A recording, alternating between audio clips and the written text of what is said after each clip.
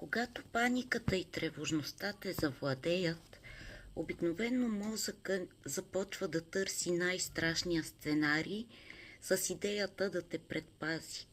Но тези тревожни мисли само могат да налеят още повече масло в огъня и да засилят паниката и тревожността още повече.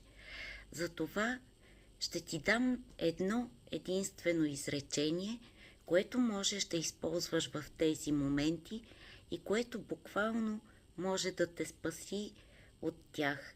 И това е изречението: това, което преживяваме неприятно, но не е опасно за мен.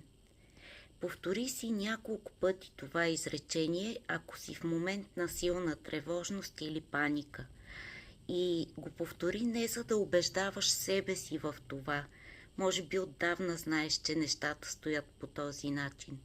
Но изричайки това изречение, ти ще дадеш сигнал на нервната система и на тялото, че сте в безопасност и те постепенно ще започнат да се отпускат.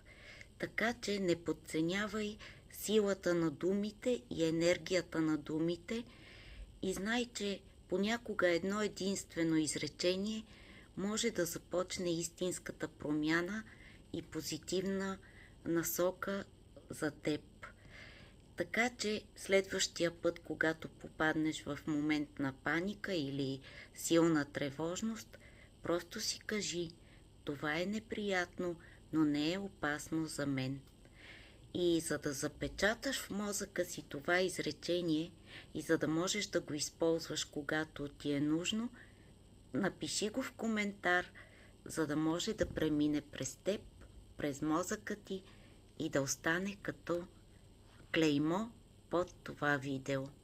Аз съм Екатерина Ангелова и желая на всички спокоен и много приятен ден.